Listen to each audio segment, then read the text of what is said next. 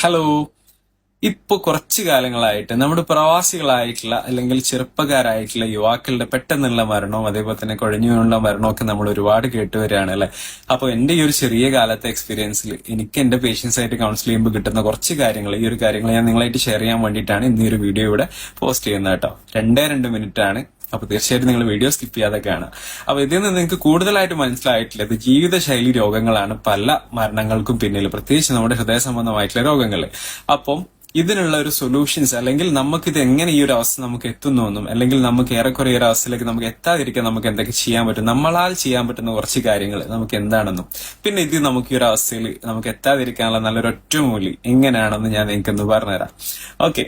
അപ്പൊ first one എന്ന് പറയുന്നത്, നമുക്ക് അതിന്റെ കുറച്ച് കാര്യങ്ങൾ എനിക്ക് പറയാനുള്ളത് നമ്മുടെ പ്രവാസികളായിട്ടുള്ള നമ്മൾ സുഹൃത്തുക്കളോടാണ്. കാരണം നിങ്ങൾ ചെയ്യേണ്ട കുറച്ച് കാര്യങ്ങൾ എന്താണെന്ന് വെച്ചാൽ, നമുക്കറിയാം നമുക്ക് എല്ലാവർക്കും 24 അവർ ആണല്ലേ. മസ്റ്റ് ആയിട്ട് ഒരു 1 അവർ നമ്മൾ എന്തെങ്കിലും തരത്തിലുള്ള ഒരു ഫിസിക്കൽ ആക്ടിവിറ്റിക്ക്, ജിമ്മ് പോലത്തെ എന്തെങ്കിലും ഒരു ഫിസിക്കൽ ആക്ടിവിറ്റിക്ക് നിങ്ങൾ മാറ്റി വെക്കുക എന്നുള്ളതാണ്.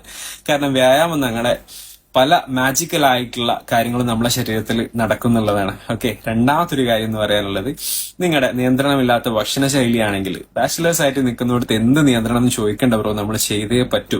നമ്മൾ പ്രത്യേകിച്ച് നിങ്ങളൊരു 30+ ഏജ് ആണെന്നുണ്ടെങ്കിൽ ഒരു 6 മാസം കൂടുമ്പോഴെങ്കിലും നല്ലൊരു ബ്ലഡ് ടെസ്റ്റ് എടുത്തിട്ട് അതിൽ നിങ്ങൾ ഡയബറ്റീസും കൊളസ്ട്രോളും ബ്ലഡ് പ്രഷറും മസ്റ്റായിട്ട് നോക്കിയിരിക്കണം. കൂടുതലോ കുറവാണെങ്കിൽ അത് മെയിൻറ്റെയിൻ ചെയ്ത് കൊണ്ടുപോകാനുള്ള സൊല്യൂഷന് നമ്മൾ സ്വീകരിച്ചിരിക്കണം. ഇനി മൂന്നാമത്തെ കാര്യം എന്ന് പറയുന്നത്, ഇതിന് നമുക്ക് സപ്ലിമെന്റ് ആയിട്ട് എന്ത് കഴിക്കാൻ പറ്റും ബ്രോ എന്ന് ചോദിക്കുന്നവരാണ്. ഒമേഗ 3 നല്ലൊരു സപ്ലിമെന്റ് ആണ് ബ്രോ. നമുക്ക് ഈ ഒരു ലൈഫ് സ്റ്റൈൽ ഡിസീസുകളെ ഏറെക്കുറെ കൺട്രോൾ ചെയ്യാൻ വർഷത്തിൽ ഒരു 3 മാസമെങ്കിലും ഒമേഗ 3 കഴിക്കുന്നത് നല്ലതാണ്.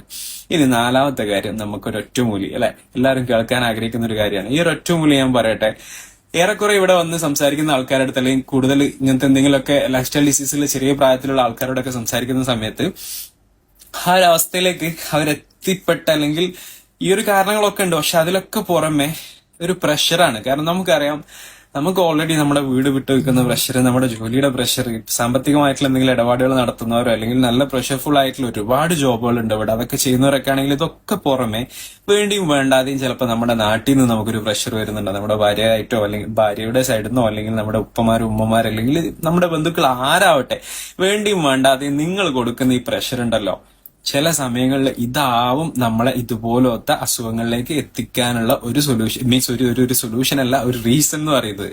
അപ്പൊ തീർച്ചയായിട്ടും ആ ഒറ്റമൂലി കിടക്കുന്നത് നിങ്ങളുടെ കയ്യിലാണ് കേട്ടോ. അപ്പൊ നിങ്ങളെ വേണ്ടപ്പെട്ടവരാരെങ്കിലും നിങ്ങൾ ഇതുപോലെ വേദനിപ്പിക്കുന്നുണ്ടെങ്കിൽ തീർച്ചയായിട്ടും ശരിയാണ്, നിങ്ങൾക്ക് പറയാൻ അവരേ ഉള്ളൂ, അല്ലെങ്കിൽ അവർക്ക് നിങ്ങളെ ഉള്ളൂ, ശരിയാണ് സംഭവം. പക്ഷെ എന്താണെന്നറിയോ, അവരുടെ അവസ്ഥയും കൂടി ഒന്ന് മനസ്സിലാക്കിയിട്ട് നിങ്ങൾ സംസാരിക്കുക എന്നുള്ളതാണ് ഏറെക്കുറെ.